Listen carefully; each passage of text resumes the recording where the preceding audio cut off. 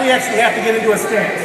All right? We got to get down, we actually got to do this. All right? This is a little bit harder for me now that I'm 43. It was a lot easier when I was 28 to do this. Now that I'm 43, it's a little bit harder. So we got to get down into our stance. All right? And this is what I call, we're going to sit down in our chair. All right? You're going to sit down in your chair. Okay? So when you get in there, what you want to make sure, you want to see a few things here. All right? You want to see a nice flat back. You want to make sure that your hips here are nice and even, straight across. All right? You want to make sure your head is just over your hand and your knee.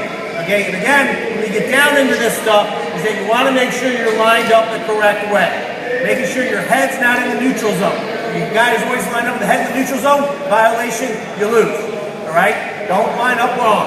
Make sure you're always lining up right. And these are all these little details that sometimes as a face-off coach, you don't notice right away. And the kid comes off the field and he goes, Coach, why am I losing? I'm lining up the same way all the time. Well, you taught him to line up wrong. You got to teach him to line up the right way. All right? So how do we sit down into our stance here? Okay? What we're going to do, we're going to get in here. I'm going to get in my routine. I'm going to get here, down. And I'm going to get my elbows inside my knees. All right? Why do we want our elbows inside our knees? All right, you want it so you can be athletic. If you have your elbows outside your knees or like this, all right, it makes it really tough to move, right? This way or that way.